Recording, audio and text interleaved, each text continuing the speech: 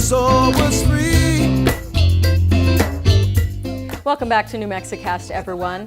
Since we first learned about families helping families and all the amazing work that they are doing in Rocky Point or Puerto Peñasco, Mexico, we really wanted to participate in one of those projects, and we had the chance to do that over the past holiday season. Let me tell you, the moment you are about to witness is so wonderful. It is when they hand over the keys to a family that has never before had a real home. Enjoy. In Rocky Point, Mexico, I'm Rosa Román, and this is New Mexicast.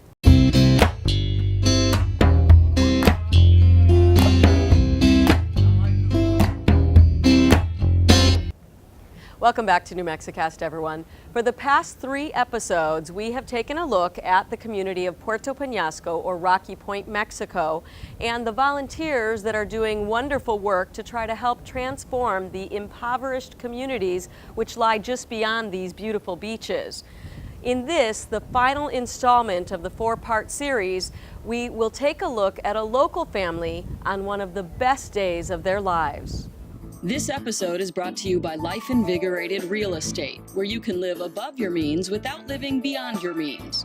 If you dream of vacationing in exotic places but don't want to break the bank, and if the idea of a timeshare with hundreds or even thousands of investors just doesn't sound like a sound investment to you, then it's time for you to check out Life Invigorated. Whether you're looking for a way to travel or just want the security of premium real estate investment, Life Invigorated is the service for you. See for yourself at lifeinvigorated.com. Me llamo José Antonio, tengo 12 años. 5 days before his 12th birthday, José Antonio Fuente Ramirez and his family received the gift of a lifetime. A real home. Coming from a one-room shack made of plywood and cardboard with no running water, no solid roof over their heads, and filthy communal toilet and shower facilities, it was a dream come true for him, his mother Edith, and his 5 siblings. No esperamos esta casa ahorita. Mamá lloró de la emoción de la casa. He says his mother cried when they got the house, and he goes on to describe how spacious and wonderful it is, that he and his 3 brothers get one room, his sisters share a separate room, and his mother has a room of her own. And this is your old bathroom?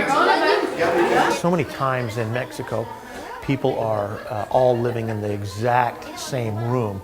We've been into apartments where it's just been 2 or 3 beds lined up, and mom and dad and the kids. That's not healthy.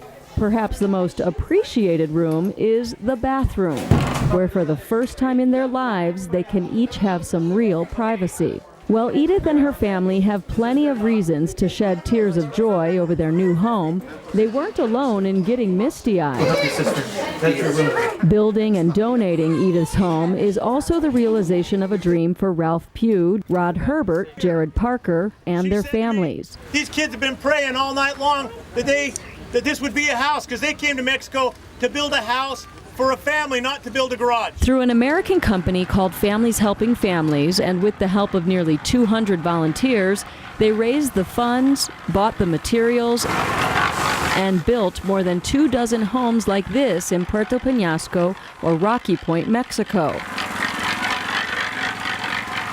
But far from giving families an empty shell of a house, they all work together to transform them into real homes. We knew that this family was coming basically from a cave, a hole in the ground, and they had literally nothing that they could bring with them. So we had the idea to create a document online, a Google Doc, and list out everything that we thought that they would have need of to put the home together.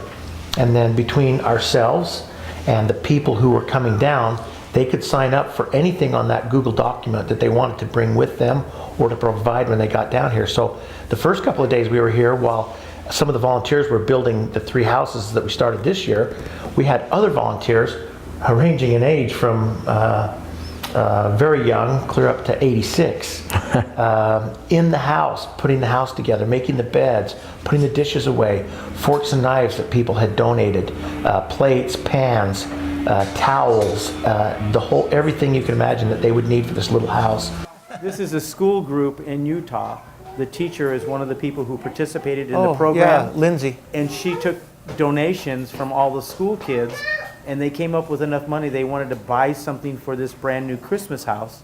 So she used the funds to buy this table for this family and all the chairs. Wonderful. But raising a family's standard of living doesn't automatically translate to a better future.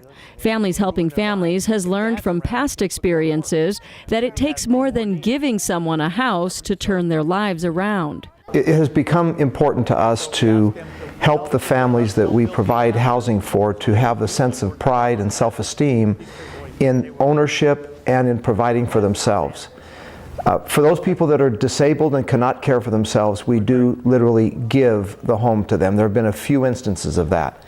But typically what we do is we ask the families to agree with us that they will make donations to our nonprofit corporation over a period of about 10 years. And if they will make donations for that time period on a regular monthly basis, and those donations are anywhere from $80 to $100 a month, then at the end of that time period, we will literally give them the deed. In Spanish, we say the escritura for the property. And so far, it's been very well received by the families. We're starting now to get the payments, the donations coming in. And we'll see how it goes. It's an experiment. It really is, to see how it works and how they accept that concept. But the idea is they make donations so that we can have funds, and they're feeling like they're helping other people in the future. I love that the washing machine is going. No, this. Huh? And so they are hopeful that by creating and nurturing a cycle of giving and helping others, they will help break the cycle of poverty for families like Edith. Did she? Yeah, and she cooks. But the joy of helping this family is quickly tempered by the reality that there are many more families in desperate need of help here. She's got 8 kids that live there. So the so-called tres abuelos go back out into the community, visiting families to see where they can help. We don't talk about our families, our wives, our children, our lives. We talk about how to make these things work. With so much need, this is how Jared, Rod, Ralph, and their wives spend their days here in Mexico. So what do you think when you see those 2 guys over there conspiring to help another family? We love them. They're amazing men. Big hearts. Got the big hearts. Big hearts which are making a big impact in many lives. Ya. Nos vamos a ayudarle aquí también. In Puerto Peñasco, Mexico, for New Mexicast, I'm Rosalinda Román. And of course, Families Helping Families and many other organizations plan to build many more houses here in the future. To find out how you can help, just visit my website at newmexicast.com. I would like to send an extra thank you to Jonathan Cracroft for his amazing footage, which really made this series what it is. And a big thank you to all of you for supporting New Mexicast. I'm Rosalinda Román. And speaking of support, I wanted to mention that the way I am able to bring you these enchanting stories, which I hope you find a nice welcome relief from the doom and gloom of many local newscasts, is through the help of awesome sponsors like ABQ Dentists and Dr. Gaylina Riachi. If you're in the Albuquerque area and you're looking for a new dentist, please consider going and checking out ABQ Dentists and tell them that New Mexicast sent you. And if you are interested in sponsoring an episode of New Mexicast, please give me a call or look me up at newmexicast.com. But if you can't sponsor an episode, no worries. The best thing you can do is what you are doing right now. Watch an episode and maybe share it with some friends. Thank you so much for all your support. I'm Rosalinda Román. Like a dream I had. New Mexicast theme song is New Mexico by Dorian Spencer. Additional support for New Mexicast provided by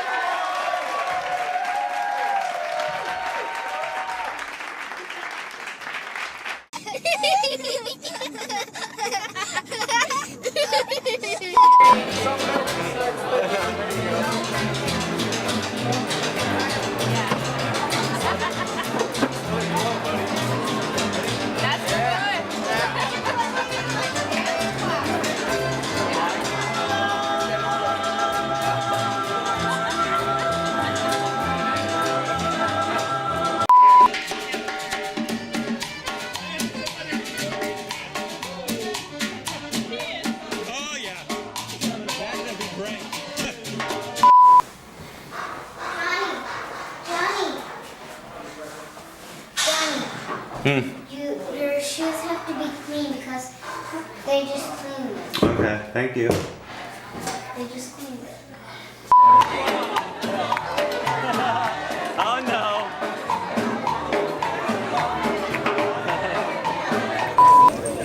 Hola. ¿Cómo estás? Hola. They're like, no, not having it. About a group to transform, to build houses and transform lives. 3, 2, 1. To wait for a future episode to 3, 2, 1. Until after the break for fart. For parla. 3, 2, 1. TV show, you don't have to 3, 2, 1. That's the TV show, you don't have to wait for a future episode. Let's just take a break. Just stick around until after the break for it's not easy to say. 3, 2, 1. I cannot say that. 3, 2, 1. Hi, Johnny! We tell him what we came to see. What did we come to see? The house is being built? What? Are you camera shy? In 3, 2, 1.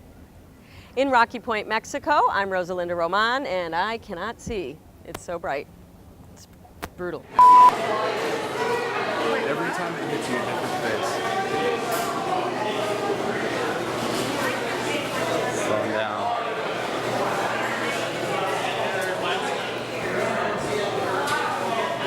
Make noise. Last time.